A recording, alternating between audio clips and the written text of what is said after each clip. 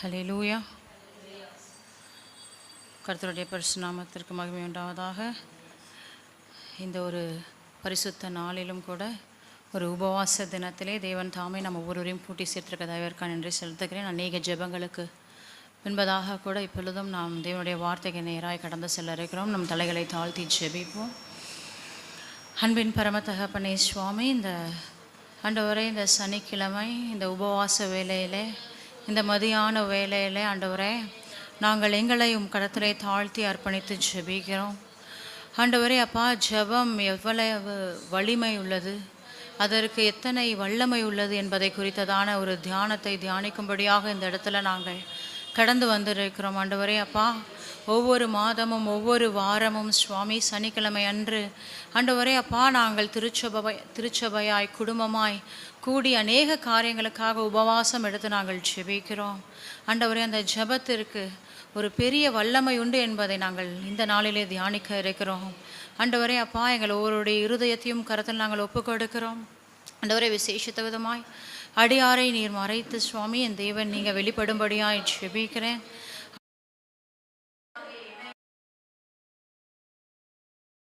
என்னை நீர் தகுதிப்படுத்தியிருக்கிறீர்.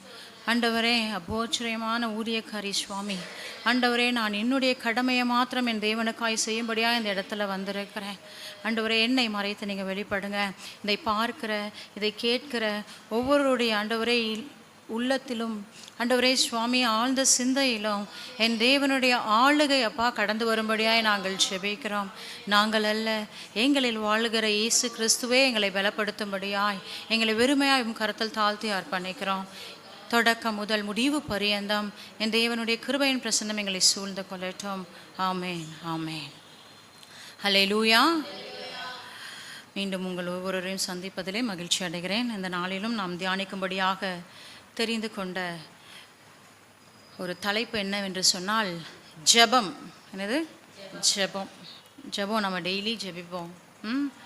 தோன்ற நேரத்திலலாம் ஜெபிப்போம், முடியலன்னா ஜெபிப்போம், பயம் வந்தால் ஜெபிப்போம், எப்பப்பெல்லாம் தோணுதோ அப்பப்பெல்லாம் ஜெபிப்போம். ஒரு சில பேர் ஜெபத்திற்கென்று ஒரு ஸ்டாண்டர்ட் நேரத்தை ஒரு எப்படி சொல்கிறது, ஒரு டிசிப்ளினாக அதுக்குன்னு ஒரு டயத்தை கொடுத்து ஒரு நேரத்தை கொடுத்து நம்ம ஜெபிப்போம்ல.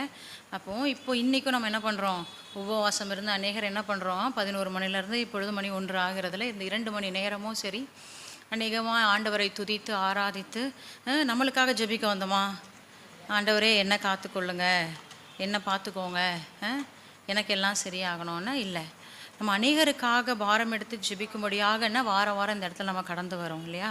அப்போ இந்த ஜெபம் என்னை மட்டுமல்ல, என்னை சுற்றி உள்ளவர்களையும் காக்கும் தேவனுடைய ஆயுதம். ஹல்லேலூயா.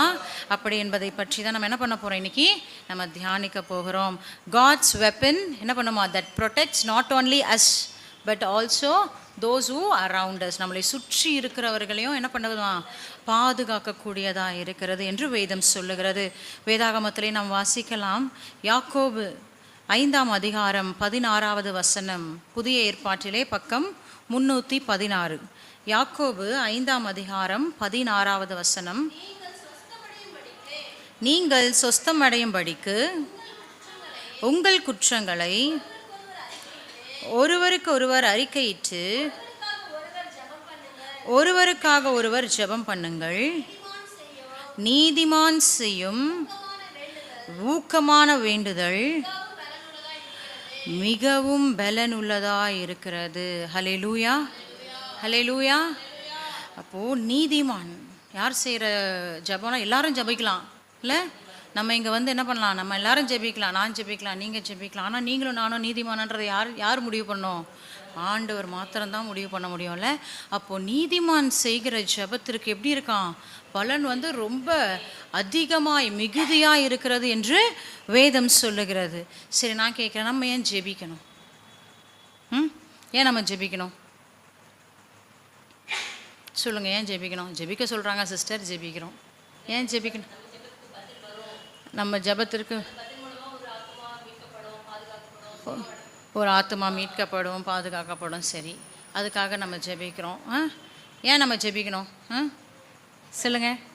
குட்டி பாப்பா ஒருத்தவங்க இருக்காங்க, நம்ம ஏன் ஜெபிக்கணும் சொல்லுங்கள். டெய்லி உணவு முக்கியம் மாதிரி டெய்லி ஜெபம் முக்கியம்ல.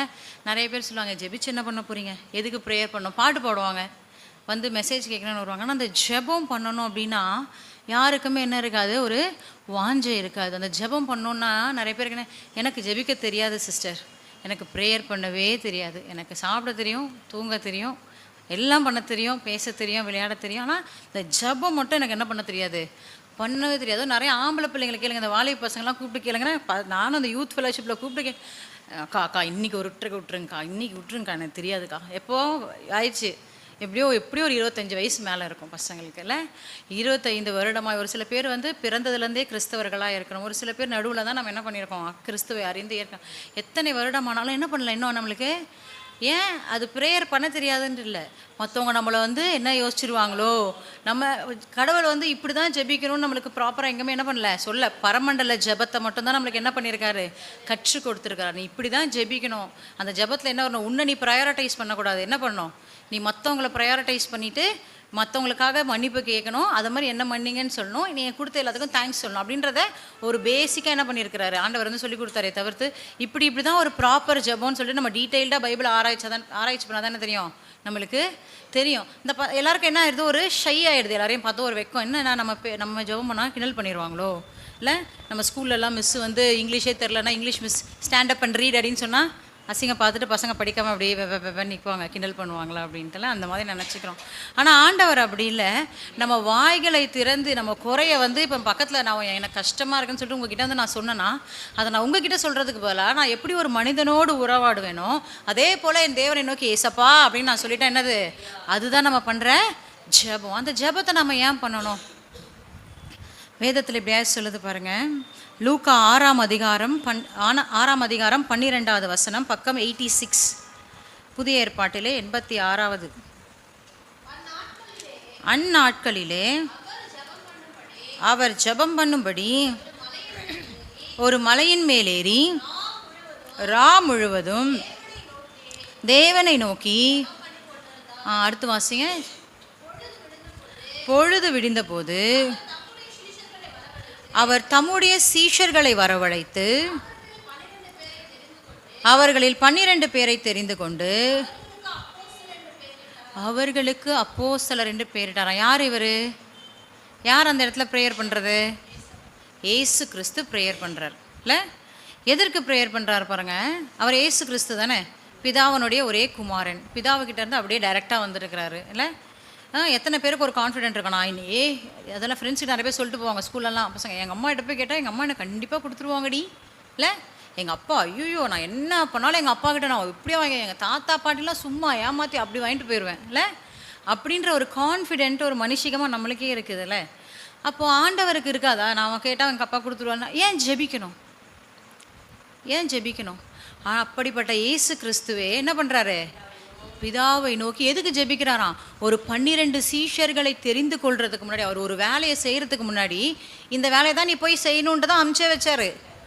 ஆனாலும் அப்படி தெரிஞ்ச முன்குறித்த வேலையுமே ஒரு ஸ்டெப்ல என்ன பண்ணுறாரு, அவர் பிதாவை நோக்கி என்ன பண்ணுறாராம், ஜெபம் பண்ணுகிற ஒரு ஆண்டவராய் ஒரு மகனாய் இருந்திருக்கிறார்.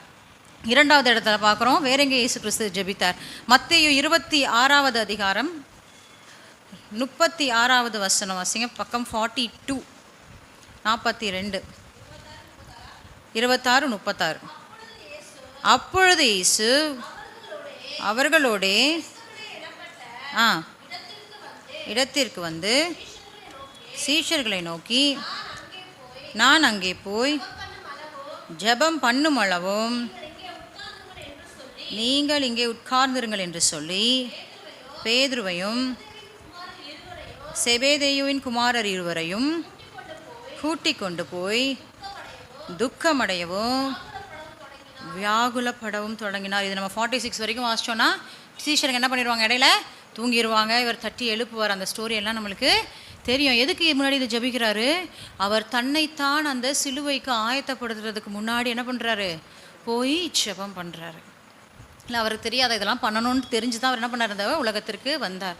ஆனாலும் அவர் என்ன பண்ணுறாரு, ஜெபம் பண்ணுகிறார்ல. ஒரு விஷயத்தை நான் ஆரம்பிக்கணும்னா இயேசு கிறிஸ்து என்ன பண்ணுறாரு, ஜெபம் பண்ணுறாரு. ஒரு விஷயத்தை நான் முடிக்கணும்னா இயேசு கிறிஸ்து ஜெபிக்கிறாரு. அப்படி அப்படி அதுக்கு தான் ஜெபிச்சாரா? தனக்காக மட்டும்தான் இயேசு கிறிஸ்து ஜெபிச்சாரான்னு பார்த்தோம் என்று சொன்னால், லூக்கா 22ஆம் அதிகாரம் வசனங்கள் 31, 32, பக்கம் 118, 118. லூக்கா 22, 31, 32 வாசிங்க. பின்னும் கர்த்தர், சீமோனே சீமோனே, இதோ கோதுமையை சுலகினால் புடைக்கிறது போல சாத்தான் உங்களை புடைக்கிறதற்கு உத்தரவு கேட்டுக்கொண்டான். நானோ உன் விசுவாசம் ஒளிந்து போகாதபடிக்கு உனக்காக வேண்டிக் கொண்டேன். நீ குணப்பட்ட பின்பு உன் சகோதரரை ஸ்திரப்படுத்து என்றார். அப்போ யாருக்காக வேண்டிக் கொள்கிறார் ஆண்டவர்? ஒரு சீஷரை தெரிந்து கொள்ளணும்னா வேண்டிக் கொள்கிறாரு. அவர் தம்மை தாமே ஒப்பு கொடுக்கறதுக்கு முன்னாடி அதற்கு ஆயத்தப்படுத்துறதற்காக என்ன பண்ணுறாரு? வேண்டுதல் செய்கிறாரு. அந்த சீஷர்களுக்கு ஒரு பிரச்சனை வருது. சத்ருவானவன் அவர்களை சோதிக்கணும், டெஸ்ட் பண்ணணும். இன்றைக்கு சேவல் கூவுறதற்கு முன்பதாக எத்தனை வாட்டி மறுதளிப்பான்? நீ 3 முறை மறுதளிப்பான்னு ஆண்டவர் சொல்லிடுறாரு. ஆண்டவருக்கு தெரியும் இதெல்லாம் நடக்க போகுதுன்னு தெரியும். எப்படி அவர் ஒரு சோதனைக்குள் தள்ளப்படுகிறாரோ, அவருக்கு பின்பதாக இந்த சீஷர்களெல்லாம் என்ன பண்ணணும்? அவங்க அடுத்த ஜென்ரேஷனை அவங்க நடத்தணுன்றதுக்காக என்ன பண்ணுறாரு? அவங்கள அந்த டெஸ்டிங் ஃபேஸ்க்கு ஆண்டவர் என்ன பண்ணுறாரு? அலோவ் பண்ணுறாரு. ஆனால் அலோவ் பண்ணுறதுக்கு சும்மாவே என்ன பண்ணிட முடியாது. நம்ம சொல்லுவோம், இப்போ பசங்க வந்து என்ன பண்ணுறது, ஒரு வலி கால் வலிக்குதுமா அப்படின்னு சொன்னால், நம்ம டாக்டர் இல்லை, கால் வலி நம்மளால் என்ன பண்ண முடியாது, போய் சரிப்படுத்த முடியாது. ஆனால் நம்ம சும்மா அந்த காலை அமுக்கிட்டே இருந்தால் என்ன பண்ணோம்? அவங்களுக்கு ஒரு சாட்டிஸ்ஃபேக்ஷன். அந்த வலி இருக்கும், வலியெல்லாம் போகாது. வலி போனோன்னா தான் போகும். அதுக்கு ட்ரீட்மெண்ட்டோ, மெடிசனோ, மாத்திரையோ, ஒரு க்ரீமோ ஏதோ ஒன்று போட்டால் தான் என்ன பண்ணோம், அது சரியாகும். ஆனால் அவங்களுக்கோட விசுவாசம் என்ன? என் அம்மா கை வச்சா எனக்கு பரவாயில்ல, சும்மா இந்த இடத்த பிடிச்சிட்டு இருந்தால் போதும். என் பொண்ணுங்களாம் அடிக்கடிக்க சொல்லுவாங்கம்மா, காலேஜ் அம்மா எடுக்காதீங்க பிடிச்சிட்டே இருங்க. ஆனால் வலியெல்லாம் போயிருக்காது. நான் கேட்பேன், நான் டாக்டர்லாம் இல்லைம்மா. இல்லை நீங்கள் இப்படி பண்ணிகிட்டே இருங்களேன், அப்படி தூங்கிடுவாங்க இல்லை. அப்போது இந்த ஜெபம் என்பது அது வந்து நம்மளுக்கு அந்த சொல்யூஷனை நோக்கி உங்களை கொண்டு போத, உங்களை திடப்படுத்தக்கூடியதாய், உங்களை பலப்படுத்தக்கூடியதாய், உங்களை அந்த எண்டு சொல்யூஷனுக்கு உங்களை ஆயத்தப்படுத்தக்கூடியதாக இருக்குது. அப்போது பேதுருக்கு டெஸ்ட் இருக்குது. ஆனால் அந்த டெஸ்ட்டில் ஃபுல்லாக என்ன ஆயிடக்கூடாது? அந்த பேதுரு போய் ஃபால் ஆயிடக்கூடாது. அதற்கு பதிலாக தன்னைத்தான் திடப்படுத்தி கொள்ளும்படியாய் ஆண்டவர் என்ன பண்ணுறாரு? பேதுருவை திடப்படுத்தி கொள்ளும்படியாய் ஜெபிக்கிறாரு. அதில் இன்னொரு வசனம் என்ன சொல்லுது பாருங்கள், நீ சரியாயிட்டு என்ன பண்ணுமா? உன் சகோதரரை போய் ஸ்திரப்படுத்தும். நிறைய பேர் நம்ம சொல்லுவோம், முதல்ல நீ ஒழுங்காக இருக்கியா பாரு, அப்புறம் என்ன பண்ணலாம், நீ வந்து மற்றவங்களுக்கு சொல்லு அப்படின்னு சொல்லுவோம்ல, அசால்ட்டாக சொல்லிடுவோம். அந்த மாதிரி தான். அப்போது நீ என்னை மறுதளிச்சிட்டு அப்படின்னும் போது அதுக்கப்புறம் அப்போ இருந்த வல்லமை பேதுருவுக்கு ஆண்டவர் பரத்துக்கு எடுத்துக்கொள்ளப்பட்டதுக்கப்புறம் நீங்கள் வசனத்தெல்லாம் வாசித்து பார்த்தீங்கன்னா, அவரோட பிலீஃப் வந்து ஒரு மாதிரி ஒரு மார்வல் ஆஃப் பிலீஃப். என்ன சொல்கிறது, யாராலையுமே வந்து இது பண்ண முடியாத அளவுக்கு அவருடைய விசுவாசம் என்ன ஆயிடுச்சுன்னா அப்படியாய் விருத்தி அடைந்தது இல்லை. அப்படி பயந்து மனுஷங்களுக்கு வாழ்ந்த அந்த பேதுரு அதற்கப்புறம் ரொம்ப யார் இருந்தாலும் பரவாயில்லன்னு என்ன பண்ணார்? தைரியமாய் போய் பிரசங்கிக்கக்கூடிய பேதுருவாய் மாற்றப்பட்டார். அப்போ அவர் அப்படி மாறினதுனால தான் என்ன பண்ணார்? அவர் பின்னாடி வந்த எல்லா அப்போஸ்தலர்களையும் வழி நடத்த முடிஞ்சது இல்லையா. அப்போ ஆண்டவர் இயேசு கிறிஸ்துவே என்ன பண்ணாரா? ஜெபிச்சார். எல்லாத்துக்காகவும் ஜெபிச்சார். இன்னும் அவங்க சீஷருக்காக தான் ஜெபிச்சார் ஆண்டவர். நம்ம கூட இருக்கிறவங்களுக்கு மட்டும்தான் ஜெபிச்சாரான்னு பார்த்தோம் என்று சொன்னால், லூக்கா 23ஆம் அதிகாரத்தில் 34வது வசனம் இப்படியாய் சொல்லுகிறது, பக்கம் 121. அப்பொழுது இயேசு, பிதாவே இவர்களுக்கு மன்னியும், தாங்கள் செய்கிறது இன்னதென்று அறியாதிருக்கிறார்களே என்றார். அவருடைய அதுவே போதும், அறியாதிருக்கிறார்களே என்றார். இந்த ஜெபம் யாருக்காக பண்ணுறாருங்க? லூக்கா 23:34. இந்த ஜெபம் யாருக்காக பண்ணுறார் ஆண்டவர்? நம்மளுக்காக பண்ணார் இல்லை, இந்த பாவியாகிய நம்மளுக்காக பண்ணார்ல. அநேகர் என்ன பண்ணாங்க, இவரை சிலுவையில் அறையும், இவளை சிலுவையில் அறையும் என்று சொல்லி என்ன பண்ணிட்டாங்க, ஆண்டவரை தூக்கிட்டு போய் சிலுவையில் அறைய வச்சுட்டாங்க. ஆனாலும் அந்த இடத்துல கூட ஆண்டவர் யாருக்காக ஜெபம் பண்ணுறாரு? பிதாவே இந்த ஜனங்கள் எல்லாம் என்ன பண்ணுறது தெரியல, பாவம் அந்த பசங்க.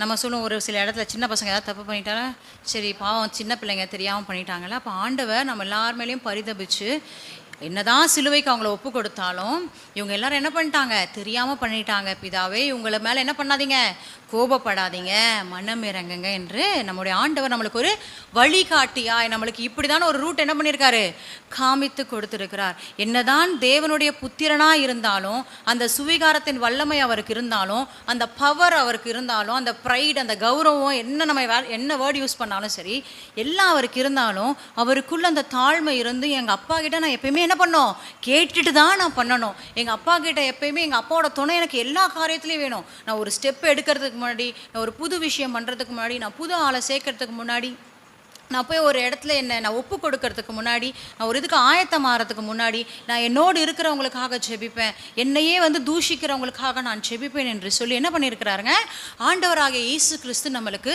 ஜெபம் என்கிற ஒரு ஆயுதத்தை நம்முடைய கரத்தில் ஏந்த வேண்டும் என்பதாய் நம்மளுக்கு கற்றுக் கொடுத்திருக்கிற ஒரு தேவனாக இருக்கிறார். ஹல்லேலூயா. அப்போ நம்ம எதுக்கு ஜெபிக்கணும்னு சொன்னால், அந்த ஜெபத்திற்கு ஒரு வல்லமை உண்டு, அந்த ஜெபத்திற்கு ஒரு வல்லமை உண்டு. இயேசு கிறிஸ்து ஜெபித்த ஜெபத்திற்கு வல்லமை உண்டு என்று சொன்னால், அவர் காட்டின வழியில நீங்களும் நானும் நடக்கிறோம்னு சொன்னால், அந்த வல்லமை நம்ம ஜெபிக்கிற ஜெபத்திலும் இருக்கும். ஏன் என்று சொன்னால், வேதம் சொல்லுகிறது, நீதிமானின் ஜெபம் என்ன பண்ணுமா, மிகுந்த ஊக்கமான பலன் கொடுக்குமால. அப்போ நீங்களும் நானும் நீதிமானாக இருக்கும் பொழுது, இயேசு கிறிஸ்துவை போல நம்ம ஜெபிக்கும் பொழுது, நம்மளுடைய ஜெபம் என்ன பண்ணுங்க, ரொம்ப அதிகமான பவர்ஃபுல் ப்ரேயராக, அதுக்கு உண்டான பதிலை ரிப்ளையாக கொடுக்கும். அது உங்களுக்கு மட்டும் கொடுக்குமா, எனக்கு மட்டும் கொடுக்குமா, நான் ஜெபிச்சா மற்றவங்களுக்கெல்லாம் கொடுக்குமா, இன்றைக்கி நம்ம அத்தனை பேருக்காக ப்ரேயர் பண்ணோம், அவங்க எல்லாருக்குமா கொடுக்குமா என்பதை நாம் தியானிக்க போகிறோம். ஹல்லேலூயா. இப்போது தேவனுடைய குமாரனாகிய இயேசு கிறிஸ்துவே இப்படி ஜெபிக்கிறாருன்னு சொன்னால், ஒன்றுமே இல்லாத இந்த யூனிஸ் பிரீத்தியும் நீங்களும் எப்படி நம்ம ஜெபிக்கணும்? அவர் டைரக்ட் சன்னு, அவருக்கு எவ்வளோ பவர் இருக்கும். அவரே ஜெபிக்கிறாருன்னா நீங்களும் நானும் நம்ம தேர்ட் பார்ட்டி, நம்ம டைரெக்டாக போகல, அவருடைய பிளட்டை வாங்கி உள்ளே போயிருக்கோம்ல. அப்போது நீங்களும் நானும் எப்படி ஜெபிக்கணும்? அவர் ஜெபிச்சதில் 10 மடங்கு, 100 மடங்கு, 1000 மடங்கு, எத்தனை மடங்கானாலும் வச்சுக்கலாம், இல்லை? அத்தனை மடங்காக நம்ம ஜெபிக்கணும். இப்போ முதலாவது இந்த ஜெபம் நம்மளுக்கு என்ன கற்றுக் கொடுக்கறது என்று சொன்னால், ஜெபம் ஃபஸ்ட்டு என்ன பண்ணுதுன்னா, ஜெபம் ஜெபிக்கிறவர்களை மாற்றுகிறது. ஹல்லேலூயா. ஜெபம் என்ன பண்ணுதான், ஜெபிக்கிறவர்களை மாற்றுகிறது. பிலிப்பியர் 4 அதிகாரம் வசனம் 6-7, புதிய ஏற்பாட்டிலே 273வது பக்கத்தை எடுத்துக்கொள்ளுங்கள். நீங்கள் ஒன்றுக்கும் கவலைப்படாமல் எல்லாவற்றையும் குறித்து உங்கள் விண்ணப்பங்களை ஸ்தோத்திரத்தோடு கூடிய ஜெபத்தினாலும் வேண்டுதலினாலும் தேவனுக்கு தெரியப்படுத்துங்கள். அப்பொழுது எல்லா புத்திக்கும் மேலான தேவ சமாதானம் உங்கள் இருதயங்களையும் உங்கள் சிந்தனைகளையும் கிறிஸ்து இயேசுவுக்குள்ளாக காத்து கொள்ளும். ஹல்லேலூயா. அப்போது நம்ம ஜெபிக்கிறோன்னு சொன்னால், ஜெபன்ற ஒரு ஸ்டெப்பை நீங்களும் நானும் நம்மளுடைய லைஃப்பில் ஸ்டார்ட் பண்ணிட்டோன்னு சொன்னால், உங்களுக்கும் எனக்கும் என்னவா, எங்கேயுமே இல்லாத ஒரு தெய்வ சமாதானத்தை யார் கொடுக்க போகிறது? ஆண்டவராகிய தேவன் கொடுக்க போகிறார். ஹல்லேலூயா. அந்த ஜெபம், அந்த ஜெபிக்கிறவங்கள ஃபஸ்ட் என்ன பண்ணுது, ஒரு டிரான்ஸ்ஃபர்மேஷன் கொடுக்குது. அந்த ஜெபிக்கிறவங்களுக்கு என்ன பண்ணுது, ஒரு மாற்றத்தை கொடுக்குதுல்ல. நானே என்னை நான் ஆராய்ந்து பார்த்தேன் என்று சொன்னால், ஒரு கடந்து எனக்கு தெரிஞ்சு கண்டினியூஸாக ஒரு 4-5 வருஷம் ஆயிடுச்சு. இப்போ நான் ஊழியத்தில் அப்படியே கூட வந்துட்டுருக்கேன். அப்படின்னும் போது ஃபஸ்ட்டு நான் ஒப்பு கொடுத்த விஷயம் என்னென்னா, ஆண்டவரே, நான் ஏதோ பைபிளில் இருக்கிறத பிரசங்கிச்சுட்டு நாளைக்கு இவங்கெல்லாம் என்னை பார்த்துட்டு, அன்றைக்கி இந்த சிஸ்டர் இப்படி மெசேஜ் கொடுத்தாங்க, ஆனால் அவங்க எப்படி இருக்காங்க பார்த்தியான்னு சொல்லக்கூடாது. நான் என்ன வார்த்தைகளை அறிக்கை எடுக்கிறேனோ, நான் எந்த வார்த்தைகளை சொல்லுகிறேனோ அதற்கு என்னை தகுதிப்படுத்துங்க.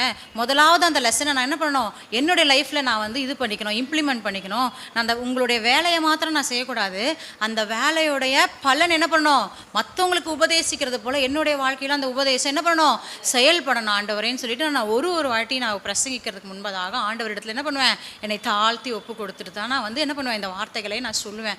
ஒரு இடத்துல நான் யோசிச்சு பார்க்கும்போது இதை நான் சொல்கிறதுக்கு நான் ஃபஸ்ட்டு தகுதி உடையவளா, இந்த வார்த்தையை நான் சொல்கிறதுக்கு தகுதி உடைய நான் யோசிச்சு பார்க்கும்போது அப்போ ஆண்டவர் ஒரு சில காரியங்கள் நம்மளுக்கு என்ன பண்ணுவார், வெளிப்படுத்துவார். ஒரு சில இடத்துல இதனோட வேலை நீ செஞ்சு தான் ஆகணும். இல்லை எல்லாரும் ஒரே மாதிரி இருக்க முடியாது, எல்லாருடைய குடும்ப சூழ்நிலைகளும் ஒரே மாதிரி இருக்காது, எல்லாரும் என்ன பண்ண முடியாது, ஒரே மாதிரி ஜட்ஜ்மெண்ட் பண்ண முடியாது. ஆனால் ஆண்டவர் என்ன பண்ணுறாரு, அவருடைய பார்வைகளில் ஒருத்தரையும் வேறு மாதிரி இருப்பார். ஆனால் நான் இந்த ஜெபத்தில் இந்த ஊழியத்தில் வந்ததுக்கப்புறம் நானே யோசிச்சு பார்க்குறேன், இப்போல்லாம் ஒரு சில இடத்துல நான் கோவப்படணும்னு நினச்சாலும் என்ன பண்ண முடியல.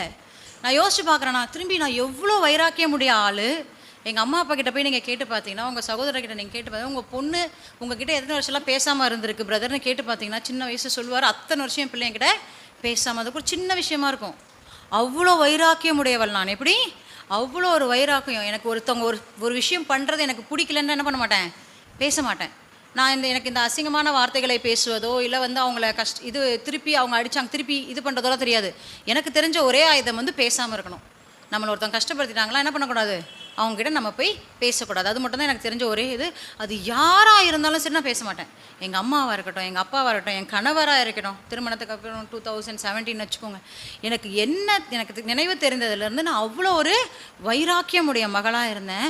ஆனால் இப்போது எனக்குள்ளே அந்த வைராக்கியம் எங்கன்னு நான் போய் தேடி பார்த்தா எனக்கே தெரியலை. ஏன்னா நான் அவருக்குள்ளே வர அவர் என்ன பண்ணுறாரு, மாற்றிக்கொண்டே வருகிறேன். நான் கேட்குறேன், நான் சும்மா ஒரு சில விஷயத்துலாம் நான் டெஸ்ட் பண்ணி பார்க்குறேன். நான் திருப்பி அதே மாதிரி கோவமாக இருக்க முடியுமா அப்படின்றதுக்காக ஒரு சில இடத்துல நான் வீட்டை நான் டெஸ்ட் பண்ணி பார்க்குறேன். என்னால் முடியலை. என்ன பண்ணல, என்னால் முடியவில்லை. ஏனென்று சொன்னால் ஆண்டவருக்குடைய பாத்திரமாய் உங்களை அவர் தெரிந்து கொண்டார்னா, நீங்கள் ஜெபிக்கிறவங்களாம் மாறிட்டீங்கன்னா ஃபஸ்ட்டு உங்களுக்குள்ளே ஒரு பீஸ் வந்துடும். நீங்கள் அது யாருக்காக வேணால் என்ன பண்ணுங்கள், ஜெபிங்க. நீங்கள் பக்கத்து வீட்டுக்காரங்களுக்கு ஜெபிங்க, எதிர்த்தாப்பில் இருக்கவங்களுக்கு ஜெபிங்க, நீங்கள் யாருக்காக. ஆனால் ஜெபோன்ற ஒரு காரியம் உங்களுக்கு ஒரு ரெகுலர் ப்ராக்டிஸாக உங்கள் வாழ்க்கையில் வந்துடுச்சுன்னு சொன்னால் அந்த ஜெபம் முதலாவது உங்களுக்கு சமாதானத்தை கொடுத்து உங்களை மாற்றுகிற ஒரு ஜெபமாய் ஒரு ஆயுதமாய் இருக்கிறது. ஹல்லேலூயா. நம்ம பார்க்குறோம், அன்னாளை பார்த்துருக்குறோம் இல்லை, அன்னாளை குறித்து நம்ம எல்லாருக்கும் தெரிஞ்சதுனால 1 சாமுவேல் 1வது அதிகாரத்திலே 18வது வசனத்தை யாராவது ஒருத்தர் எடுத்து வாசிங்க பார்க்கலாம். பக்கம் 340 பழைய ஏற்பாட்டிலே 340. 1 சாமுவேல் 1ஆம் அதிகாரம் 18வது வசனம். அப்பொழுது அவள், உம்முடைய அடியாளுக்கு உம்முடைய கண்களிலே தயை கிடைக்க கடவது என்றாள். பின்பு அந்த ஸ்திரீ புறப்பட்டு போய் போஜனம் செய்தாள். அப்புறம் அவள் துக்கமுகமாக இருக்கவில்லை. ஹல்லேலூயா. அதுக்கு முன்னாடி நீங்கள் வாசித்து பார்த்தீங்கன்னா தெரியும், வந்து லபலபலபலபான்னு கண்ணீரை ஊற்றி என்ன பண்ணுவாங்க, அப்படியே சரியான அழுகை.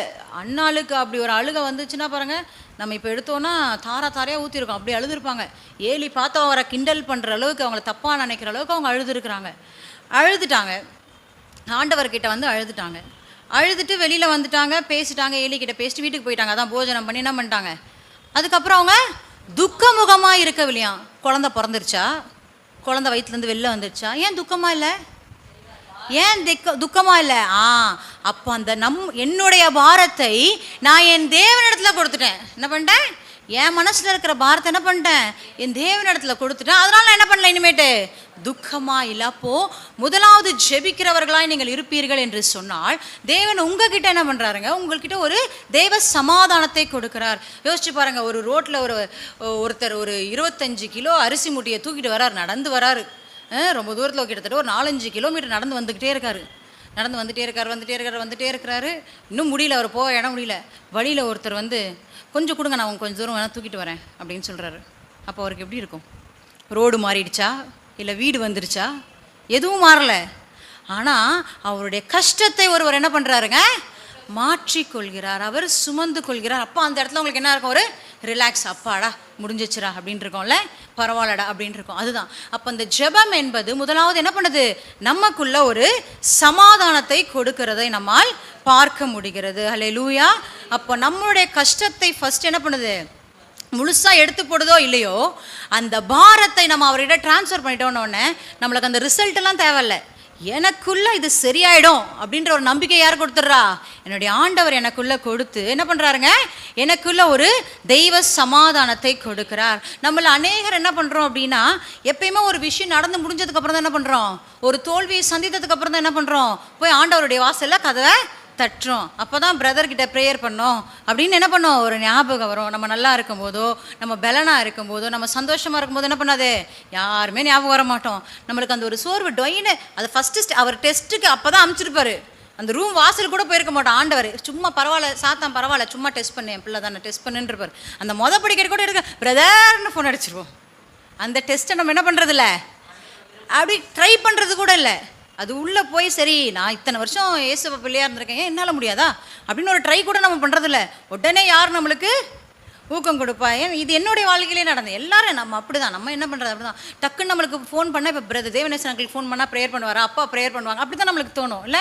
அப்போது இப்போலாம் அநேக இடத்துல நானே யோசிக்கிறது என்னென்னா, என்ன பிரீத்தி நீ இப்படி பண்ணுற, மெசேஜ் கொடுக்குற, வர்ஷிப் பண்ணுற, ப்ரேயர்லாம் பண்ணுற, பைபிள்லாம் படிக்கிற, உன்னால் ஏசப்பாவும் ஜபத்தை கேட்க மாட்டாரா, நீ ஏன் வந்து எல்லாரையும் தேடி போகிற அப்படின்னு ஆண்டவர் ஒரு சில இடத்துல எனக்கு உணர்த்த தான். அதில் சரிப்பா எனக்கு வந்து இன்னும் டெசிஷன் எடுக்க தெரியாது, ஏசப்பா இந்த வழி தான் கட்டுறாரு அந்த வழி தான் கட்டுறாரு, எனக்கு இன்னும் என்ன பண்ணல அந்த பக்குவமோ அந்த மற்ற ஊழியக்காரர்களுக்கும் இன்னும் நான் அந்தளவுக்கு ஒரு மெச்சூரிட்டி வரல.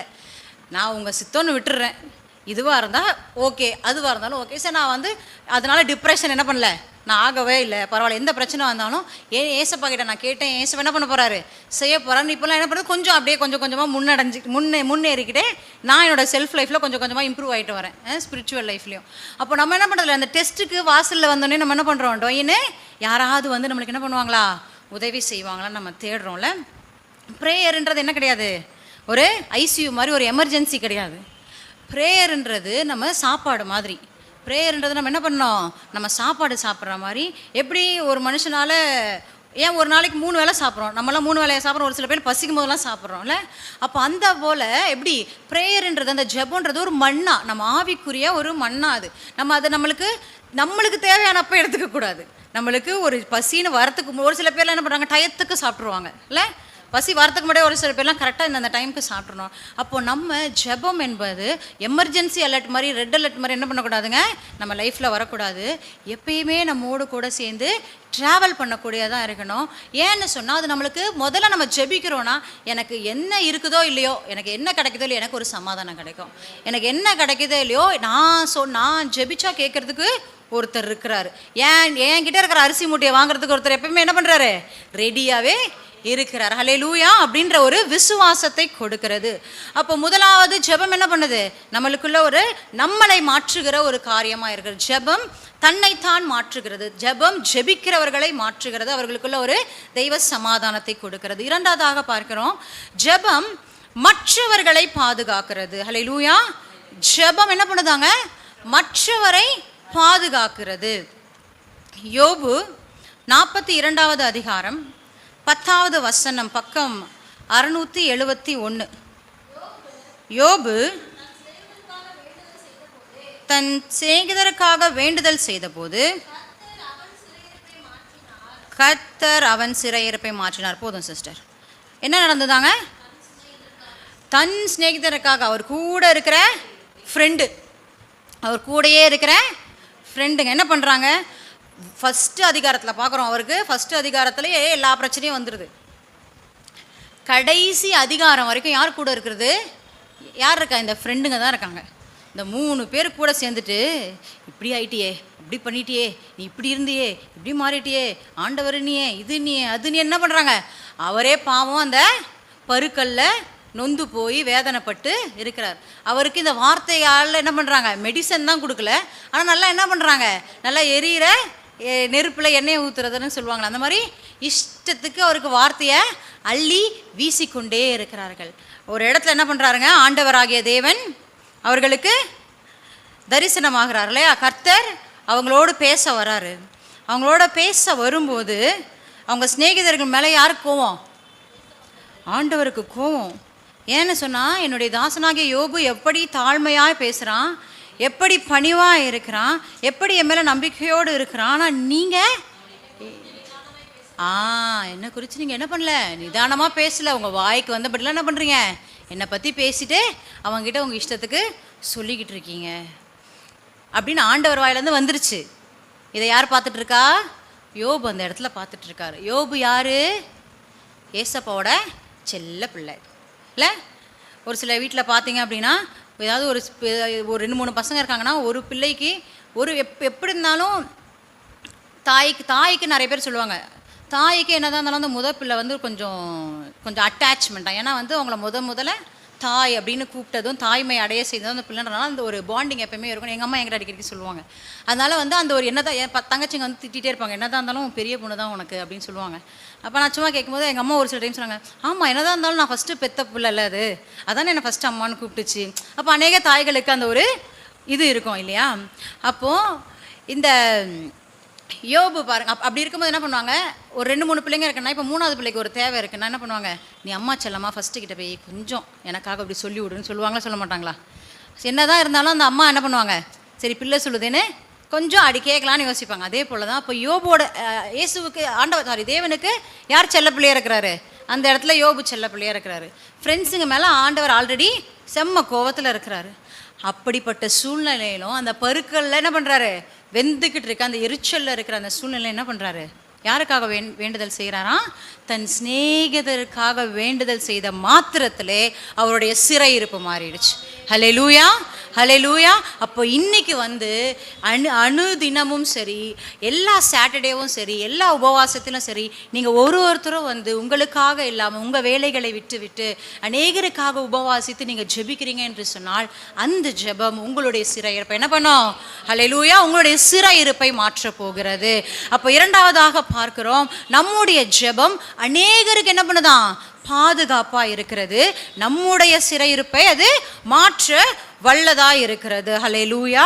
நம்ம இது யோபுவோடைய வாழ்க்கை மாத்திரம் இல்லை, நம்ம பார்க்குறோம், மோசேயை பார்த்துருக்கோம். மோசே வனாந்திரத்தில் யாத்திராகமம் 32வது அதிகாரம் வசனம் 11 நம்ம பார்த்தோம் என்று சொன்னால் பக்கம் 112, பழைய ஏற்பாட்டிலே 112, யாத்திராகமம் 32வது அதிகாரம் 11வது வசனம். மோசே தன் தேவனாகிய கர்த்தரை நோக்கி, கர்த்தாவே, தேவரீர் மகா பலத்தினாலும் வல்லமையுள்ள கையினாலும் எகிப்து தேசத்திலிருந்து புறப்பட பண்ணின உம்முடைய ஜனங்களுக்கு விரோதமாக உம்முடைய கோபம் பற்றி எறிவதென்ன, மலைகளில் அவர்களை கொன்று போடவும் பூமியின் மேல் இராதபடிக்கு அவர்களை நிர்மூலமாக்கவும் அவர்களுக்கு தீங்கும் செய்யும் பொருட்டு அவர்களை புறப்பட பண்ணினார் என்று எகிப்தியர் சொல்வானேன்.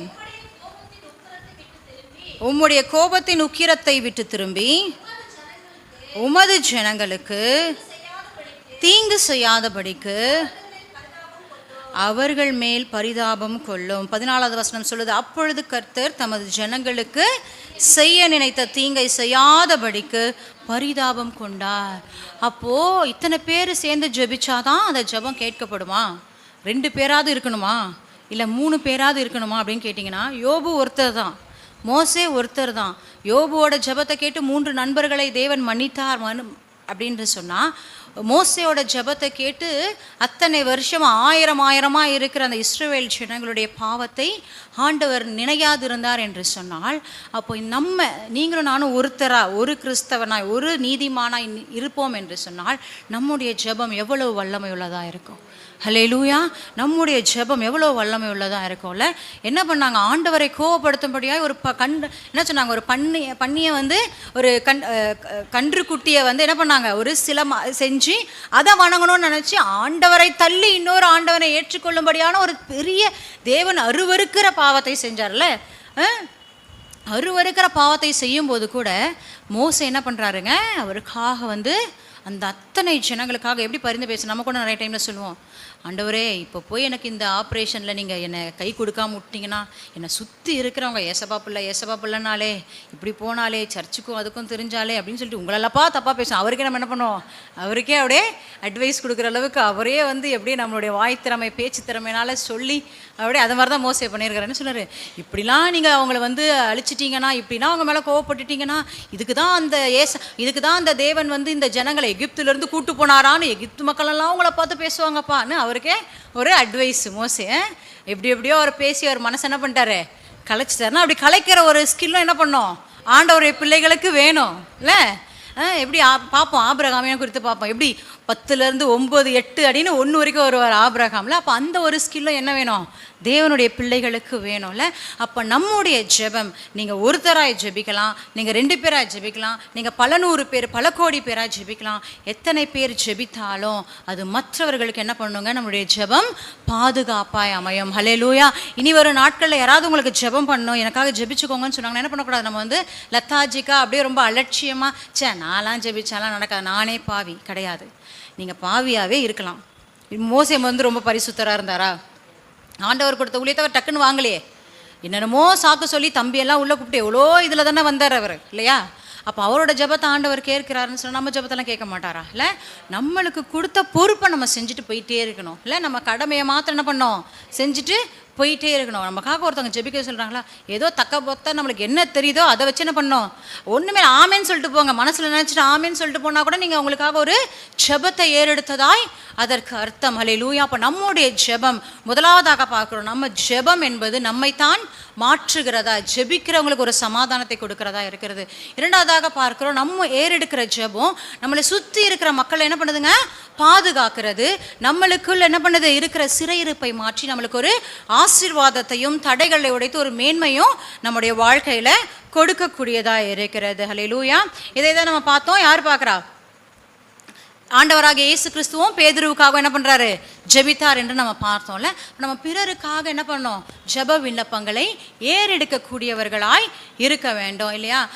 ஏனென்று சொன்னால் இப்போ நம்ம பார்க்குறோம், நம்ம கண்ணு முன்னாடியே நிறைய பேர் பார்ப்போம், இவெல்லாம் எங்கே ஜெபிக்கிறான், இவெல்லாம் எங்கே ஜெபிக்கிறான், ஆனால் நல்லா தான் இருக்காங்க. யோசிப்போமா? யோசிக்க மாட்டோமா? ஏன் சொல்லுங்கள்? நம்ம இப்படி பைபிள் படிக்கிறோம், இப்படி இது பண்ணுறோம், நம்மளுக்குலாம் ஏதாவது ஒன்று வந்துகிட்டே இருக்குது, இவங்களாம் பாரு நல்லா தான் இருக்கிறாங்க அப்படின்னு நம்மளை அறியாமல் என்ன பண்ணுவோம்? உள்ளேருந்து ஒன்று ஏதாவது ஒன்று சொல்லும் இல்லை? அது ஏன் என்று சொன்னால் அவருக்காக யாராவது ஒருத்தவங்க ஜெபிப்பாங்களா இருக்கும். ஹல்லேலூயா. இல்லை, உங்கள் பிள்ளை சர்ச்சுக்கு வராது, உங்கள் பிள்ளை பைபிள் எடுக்காது இல்லை, நீங்கள் சொல்கிற பேச்சு உங்கள் பிள்ளை கேட்காது, ஆனால் உங்கள் பிள்ளை பாதுகாப்பாக இருக்கா? ஏன் பாதுகாப்பாக இருக்குது? உங்கள் ஜெபம், ஒரு தாயினுடைய ஜெபம், ஒரு தகப்பனுடைய ஜெபம், ஒரு பாட்டியுடைய ஜெபம், ஒரு தாத்தாவுடைய ஜெபம், இல்லை ஒரு தங்கச்சி அண்ணனுடைய ஜெபம். அப்போது நீங்கள் ஒருவரை ஒருவர் தாங்கும் பொழுது இல்லை, நம்ம யோசிக்கிறோம், நம்ம பிள்ளை எல்லாம் எக்ஸாம் எழுதுகிற இடத்துக்கு நம்ம பிள்ளை வாசல் வரைக்கும் ஓட முடியும், உள்ளே நம்மளால் போக முடியாது. ஒரு லேப் வரைக்கும் நீங்கள் அனுப்ப முடியும், உள்ளே ஸ்கேன் எடுக்கிற இடத்துக்கு நீங்கள் போக முடியாது இல்லை? அந்த மாதிரி ஒரு இடத்துக்கும் காலேஜுக்கு போகும் பிள்ளை, ஸ்கூலுக்கு போகும், போய் விட்டுட்டு தான் வருவீங்க. நீங்கள் வர வரைக்கும் அந்த பிள்ளைக்கு என்ன ஆகுன்றது உங்களுக்கு தெரியாது. ஆனால் நீங்கள் ஜெபிக்கிற ஒரு ஜெபம் இருக்குது இல்லையா, அது அப்படியே கப்புன்னு பிடிச்சிக்கும். ஹல்லேலூயா. இன்றைக்கி காலையில் என் பிள்ளையை ஸ்கூலில் விட்டுட்டு நான் ரிட்டர்ன் வந்துட்டுருக்கேன். எப்போயுமே வாகனத்தை எடுக்கும்பொழுது நான் ஜெபம் பண்ணாமல் என்ன பண்ண மாட்டேன்? எடுக்கவே மாட்டேன். அது ஒரு நாளைக்கு நான் 100 வாட்டி வண்டியில் போனாலும் 100 வாட்டி என்ன பண்ணுவேன்? நான் ப்ரேயர் பண்ணுவேன். அந்த பைக்கில் வண்டியில் எந்த வாகனத்தில் ஏறினாலும் என் பசங்களுக்கு சொல்லிக் கொடுத்தது, ஆண்டவரே எங்களை பாதுகாத்துக்கொள்ளுங்க, முன்னும் பின்னும் உங்கள் தூதரை கட்டளையிடுங்க, அவ்வளோதான். வேறு பெரிய ஜெபம்லாம் இல்லை, ஒரு சொல்லிட்டு தான் போவோம். ரிட்டன் வந்துகிட்டே இருக்கேன். கரெக்டாக இப்படி வந்து முன்னாடி பார்த்தா ஒரு பெரிய கண்டெய்னருடைய அந்த டயர் டப்புன்னு பிளாஸ்ட் ஆயிடுச்சு. பிளாஸ்ட் ஆகி இவ்வளோ பெரிய பீஸு கரெக்டாக வந்துச்சு. கொஞ்சம் மிஸ் ஆயிருந்தால் ஒன்று என் ஹெல்மெட்டில் பட்டு நான் எங்கேயாவது போய் இடிச்சிருக்கணும், இல்லை என் மேலே அந்த வந்த ஃபோர்ஸுக்கு பட்டுருந்துச்சுன்னா கண்டிப்பாக ஏதாவது ஒரு பெரிய காயத்தை அது ஏற்படுத்தியிருக்கணும். ஆனால் இப்படி வந்தது இப்படியோ வந்துருந்தா என்ன இருக்கும்? கண்டிப்பாக எனக்கு ஏதாவது ஒரு டேமேஜ் கண்டிப்பாக நடந்திருக்கும். ஆனாலும் என் தேவன் என்னை சுற்றி காவல் வைத்திருக்கிறபடியால், என்னுடைய சின்ன ஜெபத்துக்கு கூட என் தேவன் என்ன பண்ணுறாரு? எனக்கு பதில் செய்கிறபடியால் என்ன பண்ணுறேன்? நான் எப்போயுமே பாதுகாப்பாக இருக்கிறேன். உங்கள் பிள்ளை எப்படி இருக்குது? எப்போயுமே பாதுகாப்பாக இருக்குது. நீங்கள் உங்கள் கணவர் குடிகாரனா எப்படினாலும் இருக்கலாம்ல, ஆனாலும் அவர் ஒவ்வொரு இடத்துலையும் ஆண்டவர் காத்து கொண்டே வருகிறார் என்று சொன்னால் உங்களுடைய ஜெபம், உங்கள் பிள்ளைகளுடைய ஜெபம் இல்லை? அப்போ ஒரு கணவர் ஒரு மனைவிக்காக ஏறெடுக்கிற ஜெபம், ஒரு தாய் தகப்பன் பிள்ளைகளுக்காக ஏறெடுக்கிற, பெற்றோர் பிள்ளைகளுக்காக, பிள்ளைகள் பெற்றோருக்காக, ஒரு நண்பர்களுக்காக, யார் ஒரு சபை மக்களுக்காக, சபையோராய் நம்ம யாருக்காக நம்ம ஜெபம் எடுத்தாலும் அது என்ன பண்ணுதுங்க? நம்முடைய ஜெபம் என்ன பண்ணுது? அவர்கள் ஒவ்வொருவரையும் பாதுகாக்கிறதா இருக்கிறது. ஹல்லேலூயா. மூன்றாவதாக நம்ம பார்க்கிறோம், ஜெபம் என்பது நம்முடைய ஸ்பிரிச்சுவல் லைஃபுக்கு ஒரு வேலியாக இருக்கிறது. நம்மளுடைய ஆவிக்குரிய வாழ்க்கைக்கு ஜெபம் என்பது எப்படி இருக்கிறது? ஒரு பாதுகாப்பாக இருக்கிறது. ஓகே, ப்ரேயர் எப்பயுமே நம்மளுடைய ஆவிக்குரிய வாழ்க்கையை ப்ரொடெக்ட் பண்ணுது. நம்மளை வந்து இந்த உலகத்தோடு ஒற்று சாய்ந்து போக விடாதபடிக்கு, எப்பயுமே நம்ம ஆண்டவருடைய பிள்ளைகளாக இருக்கும்படிக்கு நம்மளை என்ன பண்ணுது? ஒரு அப்படியே ஒரு கோழித்தன் குஞ்சுகளை தன்னுடைய செட்டைகளின் கீழ் காக்குமா போல நம்மளை என்ன பண்ணுது? அந்த ஜெபம் வந்து அப்படியே வேலி அடைத்துக் கொள்வதை நாம் பார்க்க முடிகிறது. எபேசியர் 6ஆம் அதிகாரம் 18வது வசனம் இப்படியாய் சொல்லுகிறது. எபேசியர் 6:18, பக்கம் 269, புதிய ஏற்பாட்டிலே 269. எபேசியர் 6ஆம் அதிகாரம் 18வது வசனம். எந்த சமயத்திலும் சகல விதமான வேண்டுதலோடும் விண்ணப்பத்தோடும் ஆவியினாலே ஜெபம் பண்ணி அதன் பொருட்டு மிகுந்த மன உறுதியோடும் சகல பரிசுத்தவான்களுக்காகவும் பண்ணும் வேண்டுதலோடும் விழித்து கொண்டு இருக்கணுமா? எப்பயுமே நான் ஒரு வாட்டி ஜெபிச்சா போதுமா? அந்த ஜெபத்திலேயே எப்பயுமே தரித்து இருக்கிறவர்களா விழித்து இருக்கிறவர்களா இருக்கும்போது அந்த ஜெபம் என்ன பண்ணுதுங்க? நம்மளுடைய ஆவிக்குரிய வாழ்க்கைக்கு ஒரு ப்ரொடெக்ஷன் என்ன பண்ணுது? அப்படி சுற்றி சுற்றி நம்மளுக்கு கொடுத்துக்கிட்டே இருக்கு. அப்போ நம்ம என்றைக்கும் எப்பொழுதும் எவ்வேளையிலும் ஜெபிக்கிற ஒரு ஜெப வீரர்களாக இருக்க வேண்டும்ல. நானும் அநேக டைம் எனக்கு எப்போல்லாம் டைம் கிடைக்குதோ ஜெபிச்சு, வண்டியில் போனால் எனக்கு ஜெபிக்கணும்னா ஜெபிச்சுட்டு போவேன், எனக்கு பாட்டு பாடணும்னா பாட்டு பாட்டே போவேன், இல்லை நம்ம இது அடுத்து இதுக்கு இப்படி வர்ஷிப் பண்ணலாம். நான் ஆண்டவரோடு என்ன பண்ணுவேன்? எனக்கு டைம் கிடைக்கும் போதெல்லாம் ஏதோ ஒன்று பண்ணிட்டு போயிட்டே இருப்பேன். பக்கத்தில் நான் பாட்டு பாடுறனால பக்கத்தில் அவங்க பார்த்துட்டு போகிறாங்களான்ற பார்த்தீங்கன்னா எனக்கு கவலை கிடையாது. நான் ஆண்டவர் கூட என்ன பண்ணுறேன்? எனக்கு எங்கெங்கெல்லாம் டைம் கிடைக்குதோ நாங்கள் என் டைமை ஸ்பெண்ட் பண்ணுறோம். அப்போ அந்த ஜெபம் நம்ம எப்பயுமே வந்து நம்ம யார் மேலே பாசம் அதிகமாக வச்சுருக்கோமோ நம்மளோட எண்ணம் என்ன பண்ணுவோம்? எப்பவுமே அவங்க மேலேயே தான் இருக்கும்ல. நம்ம பிள்ளைங்களை நம்ம விட்டு தூரமாக போனாலும் சரி, நம்ம கணவர் நம்ம விட்டு தூரமாக போனாலும் சாப்பிட்டீங்களா இல்லையா என்னாச்சு ஏதாச்சும் என்ன பண்ணுவோம்? 10 வாட்டி ஃபோன் அடிச்சோ ஏதோ ஒன்று பண்ணி என்ன பண்ணுவோம்? கேட்டுக்கிட்டே இருப்போம்ல. அப்போ நம்ம ஆண்டவரை நேசிக்கிறோம் என்று சொன்னால் நம்முடைய சிந்தை என்ன எல்லாம் எப்போ இருக்கும்? இப்போ கொஞ்ச நேரம் டிவி பார்க்கலாமா அப்படின்னு இருக்கிறத, சரி கொஞ்ச நேரம் பாட்டு பாட்டே வேலையை செய்யலாமா? நம்ம வேலை தானே செய்ய போகிறோம், கொஞ்ச நேரம் இந்த மெசேஜ் கேட்டே வேலை செஞ்சால் என்ன? சரி நம்மளால் பைபிள் உட்காந்து படிக்கிற டைம் இல்லை, வேலை தானே பார்க்க போகிறோம், சரி அப்படியே அந்த ஃபோனில் அந்த வசனத்தை ஓட விட்டுட்டே நம்ம கேட்ட. அப்போது நம்மளுடைய இருதயம் எப்பயுமே ஆண்டவரை அப்படியே அவரை நம்ம நேசிக்கிறோன்னு என்ன சொன்னால் என்ன பண்ணோம்? நம்ம இருதயம் வந்து அவரை தேடிக்கிட்டே தான் போகும். நம்ம எப்பயுமே ஒரு இடத்துல உட்காந்து தான் நான் ஆண்டவரை தியானிக்கணும், அப்போ தான் நான் வந்து கரெக்டாக அவருடைய பிள்ளைன்னா கிடையாது. நம்ம எங்கே இருந்தாலும் எப்படி இருந்தாலும் எந்த சூழ்நிலையில் இருந்தாலும் நம்மளுடைய அந்த இன்னர் ஹார்ட் வந்து அவரோட என்ன பண்ணணுமா? அந்த ஒரு கனெக்ஷன்லேயே இருந்துக்கிட்டே இருக்கணுமா? அப்போது நம்ம யாருடைய பிள்ளைகளாக இருப்போம்? ஆண்டவருடைய பிள்ளைகளாக இருப்போம். அந்த அப்பாவுக்கு நம்மளுக்கு எப்போ என்ன தேவைன்றது நம்ம சொல்லாமலே என்ன பண்ணோம்? அழகாய் தெரியும். அப்போ நம்ம ஜெபம் என்பது நம்மளுடைய ஆவிக்குரிய வாழ்க்கையை பாதுகாக்கிறதா இருக்கிறது. அப்போ என்றும் எப்பொழுதும் நம்ம என்ன பண்ணுறவர்களாக இருக்கணும்? ஜெபிக்கிறவர்களாக இருக்க வேண்டும். அல்லேலூயா. இப்போ பார்த்தோம் நம்ம தானியேல் 6வது அதிகாரம் பார்த்தோம் என்று சொன்னால் அந்த 6வது அதிகாரத்தில் நீங்கள் வாசிச்சிங்கன்னா தெரியும் தானியேலுக்கு எப்படிப்பட்டதான ஒரு கட்டளை கொடுக்கப்பட்டது. அவர் தானியேல் வந்து ஒரு பிரதான ஆசாரியர் இல்லையா, ஒரு மந்திரி மாதிரி வச்சுக்கோங்க, ஒரு மினிஸ்டரோ கவர்னர் பொசிஷனில் அவரை வச்சுக்கோங்க. அப்போது அந்த இடத்துல ஒரு சட்டம் இயற்றப்படுகிறது. என்னென்ன? Prayer is illegal. என்னது? ப்ரேயர் சட்டவிரோதமான செயல். ஆமாம், அப்படி தானே சொல்கிறாங்க. ஜெபிக்கக்கூடாது, ப்ரேயர் பண்ணிடக்கூடாதுன்னு சொல்கிறாங்க.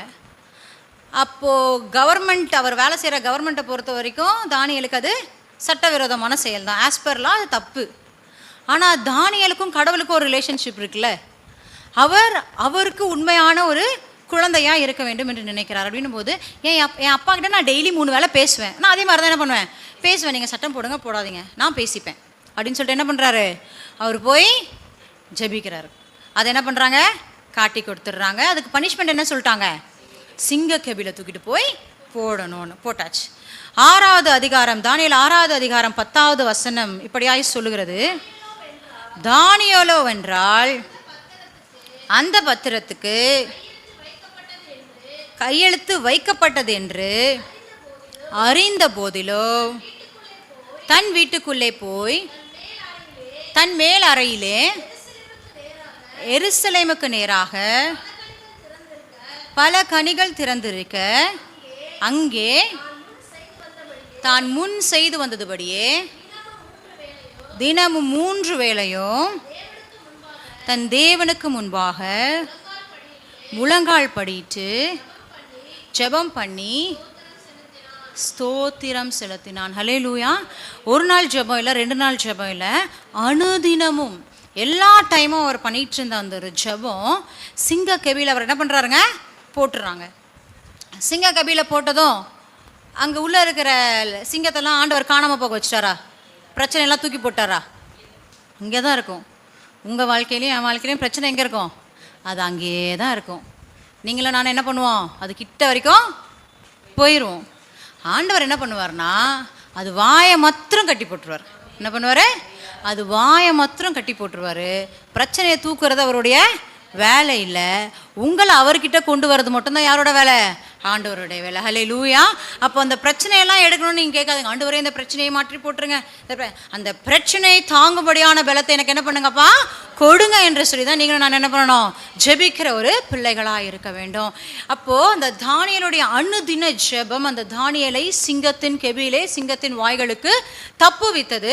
தானியேலுக்கு பதிலாக வேறு யாரையாவது உள்ளத்துக்கு அடுத்து பார்க்குறோம், யாரெல்லாம் காட்டி கொடுத்தாங்களோ அவங்கள இப்படி தூக்கி அந்த வாசல்கிட்ட கொண்டு போக முடியல, லபக்குன்னு என்ன பண்ணிச்சான்? கவிடுச்சு.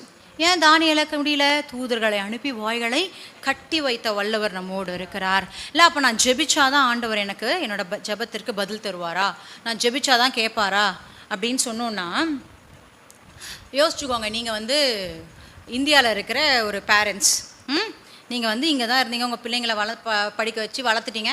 இப்போ உங்கள் பிள்ளைங்க வந்து ஒரு வெளிநாட்டுக்கு போயிடுச்சிங்க, ஒரு அமெரிக்கா, ஆஸ்திரேலியான்னு ஏதோ ஒரு ஊரில் போய் உங்கள் பிள்ளைங்க செட்டில் ஆகிடுச்சு. ஓகேவா? இப்போது உங்கள் பிள்ளைங்களுக்கு மேலே உங்களுக்கு பாசம் இல்லை ஆகிடுமா? இங்கே இருந்தால் டெய்லி பார்த்து பேசிகிட்டு இருப்பீங்க. இப்போ அங்கே தூரமாக போயிட்டாங்க உங்கள் பசங்க, ஒரு வாரத்துக்கு ஒரு வாட்டி தான் பேசுகிறாங்கன்னு வச்சுக்கோங்களேன். உங்களுக்கு உங்கள் பிள்ளைங்க மேலே இருக்க பாசம் குறைஞ்சிருமா? இல்லை உங்கள் பிள்ளைங்களுக்கு உங்கள் மேலே இருக்க பாசம் குறைஞ்சிருமா? குறைஞ்சிடாதுல்ல. ஆனால் அனுதினமும் நீங்கள் அவங்ககிட்ட பேசிட்டே இருந்தீங்கன்னா உங்களுக்கும் அவங்களுக்குள்ள என்ன இருக்கும்? ஒரு கனெக்ஷன் இருக்கும். அனுதினமும் நீங்கள் அவங்க கூட இருக்கும்போது டெய்லி என்ன பண்ணுவீங்க? ஒரு உறவு இருக்கும். உங்களுடைய உறவு இன்னும் என்ன பண்ணும்? பலப்படும். ஒரு வாரத்தில் நீங்கள் தெரிஞ்சுக்கிற விஷயத்தை நீங்கள் டெய்லி பேசிட்டு இருக்கும்போது எல்லா சுச்சுவேஷன்லையும் நீங்கள் ஒருத்தர் உறுதுணையாக கூட இருக்கும்போது, இன்பத்திலும் துன்பத்திலும் நீங்கள் பேசிக்கிட்டே இருக்கும் பொழுது ஒருத்தருக்கு ஒருத்தர் எப்படி இருப்பீங்க? ரொம்ப ஸ்ட்ராங்காக ஆயிடுவீங்க இல்லையா? அப்போது ஜெபம் என்பது, நான் ஜெபிச்சாதான் ஆண்டவர் பதில் தருவாரான்னு நீங்கள் கேட்கலாம். நீங்கள் ஜெபிச்சாதான் பதில் தரணுன்றது அவருடைய இது கிடையாது, நோக்கம் கிடையாது. ஆனால் நீங்கள் ஜெபிச்சிங்கன்னா அதனுடைய பவர் எப்படி இருக்கும்? பயங்கரமாக இருக்கும். இல்லை நீங்கள் டெய்லி பேசுகிறதுக்கும் என்னைக்காவது ஒருக்க பேசுகிறதுக்கும் பாசம் இல்லைன்னு அர்த்தம் கிடையாது. ஆனால் அந்த கனெக்ட் இருக்குது பார்த்தீங்களா, அதனுடைய வீரியம் எப்படி இருக்கும்? ஜாஸ்தியாக இருக்கும். அப்போ அனுதினமும் நம்ம என்ன பண்ணணும்? ஆண்டவரோடு உறவிலே இருக்கிற பிள்ளைகளாக இருக்கணும். அப்போ அனுதினமும் நம்ம ஜெபத்தில் தரித்திருக்கும் பொழுது, எப்பப்பெல்லாம் டைம் கிடைக்குதோ நம்ம ஜெபிக்கும் பொழுது, அந்த ஜெபம் இந்த உலகத்தில் இருக்கிற பிரச்சனை நம்மக்கிட்ட நெருங்கும் போது, நீங்கள் அந்த ஜெபத்தை விட்டுட்டீங்க, அந்த ஆண்டவரை விட்டுட்டீங்கன்னா உங்களை விட்டு தூரமாலாம் போக மாட்டார். ஆனால் உங்களை சுற்றி வர பிரச்சனைகளை என்ன பண்ண முடியாது? உங்களால் ஃபேஸ் பண்ண முடியாது. உங்களை சுற்றி வர பிரச்சனைகளை உங்களால் ஃபேஸ் பண்ண முடியாது. அதுவே அவர் கூட இருந்தீங்கன்னு நினச்சிக்கோங்களேன். ஆண்டவர்கிட்ட இப்போ தானே சொல்லியிருக்கோம், அன்னாலை போல் என்ன பண்ண மாட்டோம்? துக்கமுகமாய் இருக்க மாட்டோம். அந்த அரிசி மூட்டையை இறக்கி கொடுத்துட்டேன், ஏசப்பா பார்த்து பாருன்னு சொல்லி என்ன பண்ணலாம்? நம்ம தைரியமாக இருக்கலாம். ஆனால் அவரை விட்டு நம்ம தூரம் போயிட்டோன்னு நினச்சிக்கோங்க. என்னைக்காவது ஒருக்கா ஆடிக்கு ஒரு வாட்டி, அமாவாசைக்கு ஒரு வாட்டி நம்ம சர்ச்சுக்கு வரப்போ ப்ரேயர் பண்ணால் போதும் அப்படின்னு நினச்சோன்னா அந்த ஒரு கனெக்ஷன் நம்மளுக்குள்ளே இருக்காது. ஹல்லேலூயா. அதே போல் பார்க்குறோம், தானியேல் ஜெபித்தார். இதே போல் பேதுரு அப்போஸ்தலர் 12வது அதிகாரத்திலே நாம் பார்க்கிறோம், 179வது பக்கம், அப்போஸ்தலர் 15 5வது வசனத்தை வாசிங்க. 12:5. அப்படியே பேதுரு சிறைச்சாலையில் காக்கப்பட்டிருக்கையில் சபையார் அவனுக்காக தேவனை நோக்கி ஊக்கத்தோடே ஜெபம் பண்ணினார்கள். போதும். ஸோ அதுக்கப்புறம் வாசித்து பார்த்தா தெரியும் என்ன ஆகும், என்ன மிராக்கிள் நடக்கும். சிறைச்சாலை கதவுகள் திறக்கப்படும், சங்கிலிகள் தெறிக்க அறுத்தப்பட்டு முறிஞ்சு ஓடும். யாராலையாவது பண்ண முடியுமா? அதை சும்மா எங்கேயாவது சினிமா டிவியில் பார்க்கலாம், என்ன பண்ணலாம், ஆக்டிங் பண்ணி எடுத்து நம்மளுக்கு லைவாக காட்டுவாங்க, அவ்வளோதான் பண்ண முடியும். ரியலில் நடக்குமா? இது நடந்திருக்கு என்று வேதம் சொல்லுகிறது. ஹல்லேலூயா. அப்போ நம்முடைய ஜெபத்தினுடைய வல்லமை ஒரு மனிதனால் முடியாத காரியத்தை கூட என்ன பண்ண முடியுமா? முடிக்க முடியும். எதனால் முடியும்? எந்தெந்த இடத்துலலாம் உங்களாலையும் என்னாலையும் என் கையும் உங்களாலையும் உங்கள் கையாலையும் போய் திறக்க முடியாததோ, எடுக்க முடியாத காரியத்தை நம்முடைய ஜெபம் முன்பதாக போய் என்ன பண்ணுமா? அந்த சிறைசாலை கதவுகளை உடைக்கும், அந்த சங்கிலிகளை அறுத்து போடாது வல்லமை உள்ளதாக இருக்கிறது. ஹல்லேலூயா. பார்க்குறோம். அப்போ முதலாவதாக நம்முடைய ஜெபம் நம்ம என்ன பண்ணுதுங்க? நம்மை மாற்றுகிறது, நமக்குள்ள ஒரு சமாதானத்தை கொடுக்கிறது. இரண்டாவதாக பார்க்கிறோம், நம்முடைய ஜெபம் சுற்றி இருக்கிற எல்லாருக்கும் பாதுகாப்பை கொடுக்கிறது, நம்முடைய சிறையிருப்பை மாற்றி நம்மளுக்கு ஆசீர்வாதத்தை தருகிறது. மூன்றாவதாக பார்க்கிறோம், நம்முடைய ஜெபம் நம்மளுடைய ஆவிக்குரிய வாழ்க்கை என்ன பண்ணுது? ஒரு பத்திரமாய் ப்ரொடெக்ட் பண்ணிக்கிறதை நம்ம பார்க்குறோம்ல. நம்ம சீட் பெல்ட் போட்டு கார் ஓட்டுங்கன்னு சொல்லுவாங்கள்ல. சீட் பெல்ட் போட்டு ஆக்சிடென்ட் ஆகாதா? ஆகும். ஜெபம் பண்ணுறனால பிரச்சனை வராதா? வரும். என்ன பண்ணோம்? பிரச்சனை வரும். ஜெபம் பண்ணுறனால, சீட் பெல்ட் போடுறனால பெரிய ஆபத்து கம்மியாக முடியும். அவ்வளோதான் வித்தியாசம். அப்போ நீங்கள் ஜெபிக்கவே இல்லைன்னா டைரெக்டாக போய் யோசேப்பை குழியில் தூக்கி போட்ட மாதிரி டொயின்னு போய் குழியில் போடணும். உங்களை கை கொடுத்து தூக்க யாரும் என்ன பண்ண மாட்டாங்க? வர மாட்டாங்க. ஹல்லேலூயா. அப்போது ப்ரேயர் அப்படின்றது நம்மளுடைய வாழ்க்கையில் நம்மளுக்கு பிரச்சனை இல்லாத ஒரு வாழ்க்கையை கொடுப்பதற்காக ஜெபம் அல்ல. அது எல்லா இடத்துலையும், எல்லா பிரச்சனை வர இடத்துலையும் என் ஆண்டவர் என்னோடு தான் இருக்கிறார் என்பதை நம்மளுக்கு ஒரு இடத்துல என்ன பண்ணுது? நம்மளுக்கு நினைப்பூட்டி கொண்டே இருக்கக்கூடிய ஒரு காரியமாக இருக்கிறது. ஹல்லேலூயா. இப்போ நம்ம பார்க்குறோம், முதலாவது என்னுடைய ஜெபம் என்னை மாற்றுகிறது, எனக்குள்ள ஒரு சமாதானத்தை கொடுக்கிறது. இரண்டாவதாக பார்க்கிறோம், ஜெபம், நான் ஜெபிக்கிற ஜெபம் என்னை சுற்றி இருக்கிற எல்லாரையும் பாதுகாப்பாய் வைத்திருக்கிறது. நான் ஏறெடுக்கிற ஜெபம் என்னுடைய சிறையிருப்பை, நான் மற்றவர்களுக்காக ஏறெடுக்கிற ஜெபம் என்ன பண்ணுது? என்னுடைய சிறையிருப்பை மாற்றி எனக்கு ஒரு ஆசீர்வாதத்தை தருகிறது. இப்போ மூன்றாவதாக நம்ம பார்க்குறோம், என்னுடைய ஸ்பிரிச்சுவல் லைஃப்பில், என்னுடைய ஆவிக்குரிய வாழ்க்கைக்கு என்னுடைய ஜெபம் ஒரு மிகுந்த பாதுகாப்பாய் காணப்படுகிறது. ஹல்லேலூயா. எப்படி ஒரு கலங்கரை விளக்கம் இருக்கிறதுனால புயல் அடித்தாலோ இல்லை மழை வந்தாலோ அந்த கப்பலுக்கு ஒரு பிரச்சனையும் வராதுன்னு சொல்ல முடியாது. கலங்கரை விளக்கம் என்பது ஒரு வழிகாட்டி. எல்லா சூழ்நிலைகளையும் நான் உங்களுக்கு என்ன பண்ணுவேன்? உங்களுக்கு டைரக்ஷன் காட்டுவேன்றது. அது மாதிரி ஒரு ஜெபம் என்பது எல்லா இடத்துலையும் நம்மளுக்கு ஒரு ஆயுதம். ஜெபம் என்பது எல்லா இடத்துலையும் நம்மளுக்கு ஒரு மருந்து. ஜெபன்றது எல்லா இடத்துலையும் நம்மளுக்கு ஒரு பாதுகாப்பு. அது இருந்தது என்று சொன்னால், நான் போய் எனக்கு தலையில் அடி போட போகிற இடத்துல இதை நான் சொன்ன மாதிரி அது என் மூஞ்சில் பட்டிருக்கலாம், என் கையில் பட்டிருக்கலாம், இல்லை அந்த டியூபு, ஆனால் அது கீழே விழும்படியாக என் தேவன் செய்தார். ஏனென்று சொன்னால் நான் விசுவாசிக்கிறேன், அது என்னுடைய ஜெபத்தினாலே. ஹல்லேலூயா. அப்போது நம்ம பார்க்குறோம், நிறைய பேர் யோசிக்கலாம், ஆண்டவரை நீங்கள் பார்க்கவே இல்லை, என்ன சும்மா ஆண்டவர்ன்றீங்க. யாராவது கண்ணை திறந்து பார்த்துருக்கீங்களா? உங்களுக்கு வந்திருக்காரா? எல்லாரும் முன்னாடியே அவர் தரிசனம் இருக்காரா? வலின்றது உங்களுக்கு யார்கிட்ட போய் சொல்லுவீங்க, அவங்களால உங்கள் வலியை ஃபீல் பண்ண முடியுமா? ஆனால் வலிக்குது தானே? வலிக்குதா வலிக்கலையா? வலிக்குது. நம்ம பார்த்தா தான் அது வலின்னு கிடையாது. நீங்கள் உணர்றீங்கல்ல, நம்மளுடைய உணர்வு, என்னுடைய உணர்வு, என் ஆண்டவரை என்னோடு கூட இருக்கிறார், என் இயேசு உயிரோடு என்றும் என்னோடு கூட ஜீவிக்கிறார், அந்த ஆண்டவராகிய தேவன் எனக்கா எல்லாவற்றையும் செய்து கொண்டே வருகிறார் என்பது என்னுடைய உணர்வு. அதை நான் ஃபீல் பண்ணியிருக்கேன். அதனால் என்ன பண்ணுறேன்? என்னோடய பர்சனல் லைஃப்பில் எக்ஸ்பீரியன்ஸ் பண்ணியிருக்கேன். அப்போ நான் பெற்ற இந்த இன்பத்தை நான் என்ன பண்ணணும்? ஏன் தேவனை அறியாத அநேகருக்கு நான் கற்றுக் கொடுக்க நான் கடமைப்பட்டிருக்கிறேன். ஹல்லேலூயா. அப்போ இந்த 3 காரியங்கள் இன்று நம்முடைய வாழ்க்கையில் நாம் இந்த ஜெபத்தின் மூலியமாய் கற்றுக்கொண்டு இருக்கிறோம். ஹல்லேலூயா. அப்போ நம்முடைய ஜெபம் நம்முடைய குடும்பத்தை பாதுகாக்குமா? பாதுகாக்காதா? ஹல்லேலூயா. கண்டிப்பாக நம்முடைய ஜெபம் என்ன பண்ணும்?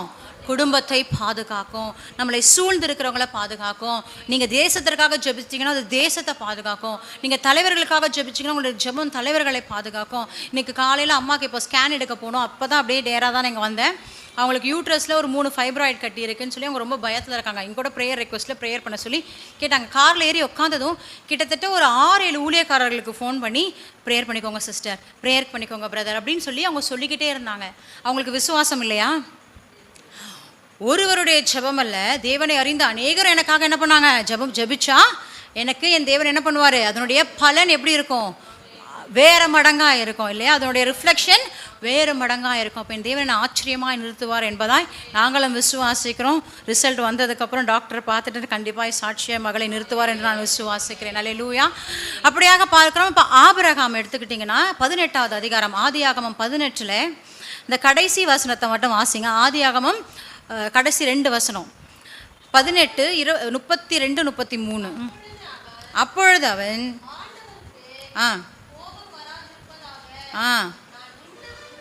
ம் ம் ம் ம் ம் ஆ ம் ம் ம் ம் ம் ம் என்ன ஆகுது? இந்த சோதோம் கோமாராவோட பாவத்திற்காக ஆபிரகாம் என்ன பண்ணுறாரு? போய் மன்றாடுகிறார். ஏன் மன்றாடுகிறார்? அவங்க அண்ணன் அந்த இடத்துல இருக்கிறாரு. யார் அங்கே இருக்கா? அவங்க அண்ணன் லோத் என்ன பண்ணுறாரு? தம்பி லோத் என்ன பண்ணுறாரு? அந்த இடத்துல இருக்கிறாரு. அப்போது அவருக்கும் ஒரு ஃபேமிலிக்கும் என்ன பண்ணக்கூடாது? எந்த பிரச்சனையும் வரக்கூடாதுன்றதுக்காக அந்த ஊரில் ஒரு 1000 மக்கள் இருக்காங்கன்னு வச்சுக்கோங்க. 1000 பேர் பாவிக. அந்த 1000 பேரில் இவங்க ஃபேமிலியை காப்பாற்றணும். என்ன சொல்லியிருக்கலாம்? எங்கள் அண்ணன் மட்டும் என் தம்பியை மட்டும் என்ன பண்ணிடுங்க, கூட்டிகிட்டு வந்துடுங்க. ஆண்டவர்கிட்ட நம்மளாம் தானே பண்ணிருப்போம். கொஞ்சம் வெயிட் பண்ணுங்கள், அழிக்க போகிறீங்க, அழிக்கிறது முடிவு பண்ணிட்டீங்க, ஒரு 1 hour டைம் கொடுத்தீங்கன்னா நான் போய் அவங்க ஃபேமிலியை மட்டும் காலி பண்ணிட்டு ஜல்லுன்னு கூட்டிகிட்டு வந்துடுவேன் நம்ம சொல்லியிருப்போம். ஆனால் ஆபிரகாம் அப்படி பண்ணலங்க. அப்படி பண்ணல. எல்லாம் மனுஷங்க தானே ஆண்டவரே, தெரியாமல் என்ன பண்ணிட்டாங்க, தவறு செஞ்சுட்டாங்க அப்படின்னு சொல்லி எங்கேருந்து ஆரம்பிக்கிறாரு பார்த்தீங்க? அந்த வசனத்தை முன்னாடி படித்து பார்த்தீங்கன்னா 10 நீதிமான் இருந்தா அப்படின்னு கேட்பாரு. அவர் சொல்கிறார், சரி 10 நீதிமான் இருந்தால் விட்டுறேன். சரி அடுத்து 9, 8, 7, 6 அப்படி ஒன்று குறைச்சி கடைசியில் என்ன பண்ணுறாரு? அந்த ஊரில் ஒரே ஒரு நீதிமான் இருந்தா, ஏன்னா அவங்க தம்பி நீதிமான்ன்றது யாருக்கு தெரியும்? ஆபிரகாமுக்கு தெரியும். இவங்கெல்லாம் ஆண்டவரை அறிந்து வளர்ந்தவர்கள்ல. அப்போ ஒரு நீதிமான் இருந்தால் அப்படின்னு கேட்கும்போது ஆண்டவர் என்ன பண்ணுறாரு? சரி போன்னு மன்னிச்சு விட்டுடுறாரு. ஹல்லேலூயா. அப்போ ஒருவருடைய ஜெபம் கூட என்ன பண்ணுவாங்க, ஒரு ஊரையே காக்கக்கூடியதாக இருக்கிறது.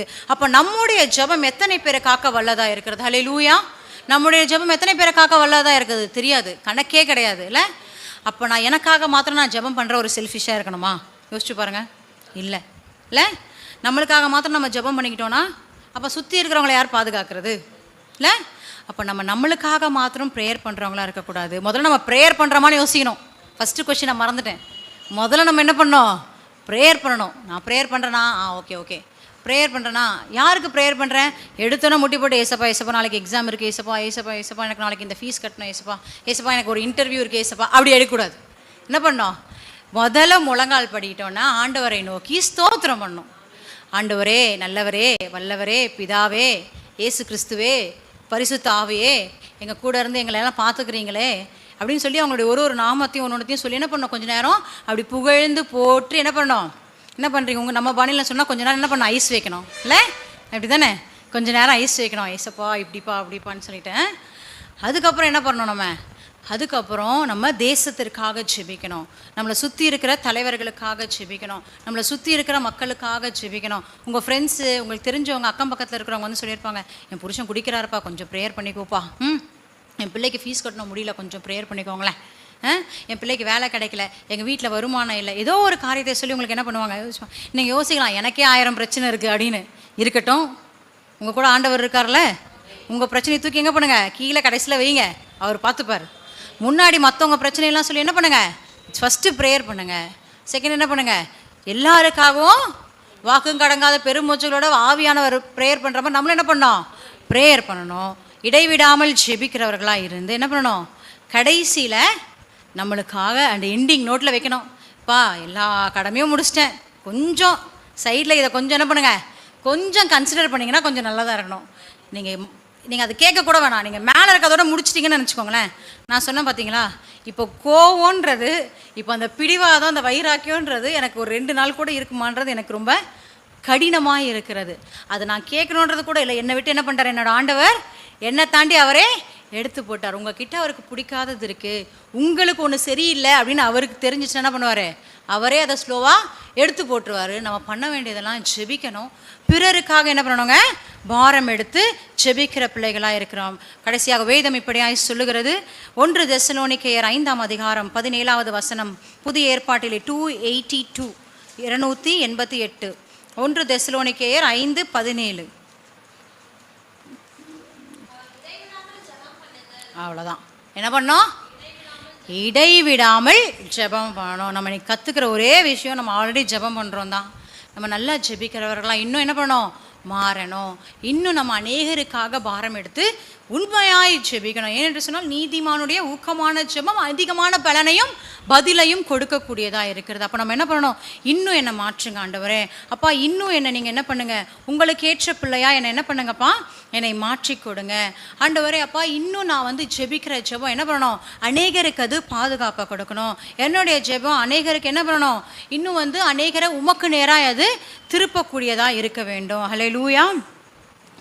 அப்போ என்ன பண்ணணும்? நம்ம ஃபஸ்ட்டு துதிக்கணும், அடுத்து ஜெபிக்கணும். ஜெபத்தில் தேசத்திற்காக, பிறருக்காக, குடும்பத்திற்காக எல்லாத்திற்கும் ஜெபிச்சுட்டு, திருச்சபை ஊழியம் எல்லாத்துக்காக ஜெபிச்சு என்ன பண்ணோம்? கடைசியாக தான் நம்மளுக்காக நம்ம ஜெபிக்கணும். எப்படி ஜெபிக்கணும்? திறப்பின் வாசலிலே நின்று ஜெபிக்கணும். இல்லை, அந்த கதவை தட்டி தட்டி தட்டி ஜெபிச்சாதான் அந்த கட்டுகள் எல்லாம் உடைக்கப்படும். அதற்கு தான் திறப்பின் வாசல் ஜெபம் என்ற இத்தனோடு இருக்கிற அந்த கேப்பில் நின்று யார் வைராக்கியமாக ஜெபிக்கக்கூடியவர்கள் என்று வேதம் சொல்லுகிறது இல்லையா? அப்போ இன்று இந்த திறப்பின் உபவாச ஜெபத்தில் நம்ம ஏறெடுக்கிற எல்லா ஜெபங்களும், ஏறெடுத்த எல்லா விண்ணப்பங்களுக்கும் ஆண்டவர் இப்படியாய் நம்மளை என்ன பண்ண போகிறாருங்க? ஆசீர்வதிக்க போகிறார்.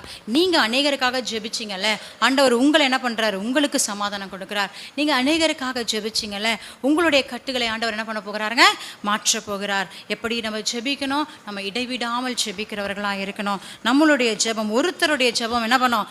ஒரு இயேசு கிறிஸ்துவனுடைய ஜெபம் மாற்றுச்சு இல்லை, ஒரே ஒரு மோசையோடைய ஜெபம் எல்லாத்தையும் மாற்றுச்சு, ஒரே ஒரு ஆபிரகாமுடைய ரிக்வெஸ்ட், ஒரு ப்ரேயர் எல்லாவற்றையும் மாற்றுச்சு என்று சொன்னால், ஒரே ஒரு யூனிஸ் பிரீத்தியோட ஒருத்தருடைய ஜெபம் என்ன பண்ணும்?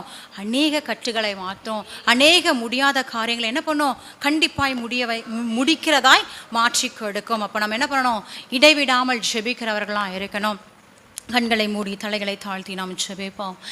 என் ஜெபமெல்லாம் பதிலாக மாறும், என் காத்திருப்போரு நாளும் வீணாகாது, வறண்ட நிலம் நீரூற்றாய் மாறும். பாடுங்க. பொழிந்திடும் நேரம் இது, என் துதியெல்லாம் ஜெயமாக மாறும். மாற்றங்களை உண்டாக்கும் மாறாதவர், பெற்றிடுவோம் விசுவாசத்தால். ஜெபித்ததையும் இழந்ததையும் இரட்டிப்பாக நான் ஜெயிப்பதற்கு, வேண்டுவதற்கு மேலாய் மேலாய் நன்மை செய்வார். நான் வெட்கப்பட்ட நாட்களுக்கு ஈடாய் ஈடாய் நன்மை செய்வார். நான் நினைப்பதற்கு வேண்டுவதற்கு மேலாய் மேலாய் நன்மை செய்வார். நான் வெட்கப்பட்ட நாட்களுக்கு ஈடாய் ஈடாய் ஈடாய் நன்மை செய்வார். பரிபூர்ண ஜீவன் நீர் பராக்கிரமமே, ஜோதிகளின் பிதாவே மனமிரங்கு. பரிபூர்ண ஜீவன் நீர் பராக்கிரமமே, ஜோதிகளின் பிதாவே மனமிரங்கும். இதுவரை நன்மை செய்தவர் இனிமேலா தீமை செய்வார். இதுவரை நன்மை செய்தவர் இனிமேலா தீமை செய்வார். அன்பின் பரம தகப்பனே சுவாமி, எஸ் லார்ட், இதுவரை எங்களுக்கு நன்மை செய்த தேவன் நீர். ஆண்டவரே, இனி எங்கள் வாழ்வில் எந்த தீமைகளையும் நீர் அனுமதிக்கிறது இல்லை சுவாமி. எப்பேற்பட்ட பிரச்சனைகள் வந்தாலும் அது அங்கே தான்ப்பா இருக்க போகுது. ஆனால் அதை மேற்கொள்ளக்கூடிய பலத்தை என் தேவனீர் எங்களுக்கு கொடுக்க போகிறீர். எங்களது ஜெபம் எங்களை மாற்றப் போகிறது. எங்களது ஜெபம் அநேகரை பாதுகாக்க போகிறது. எங்களது ஜெபம் எல்லா பிரச்சனைகளையும் தாங்கிக் கொள்ளக்கூடிய ஒரு ஆவிக்குரிய பாதுகாப்பை எங்கள் ஒவ்வொருவருக்கும் ஆண்டவரே அப்பா தரப்போகிறது.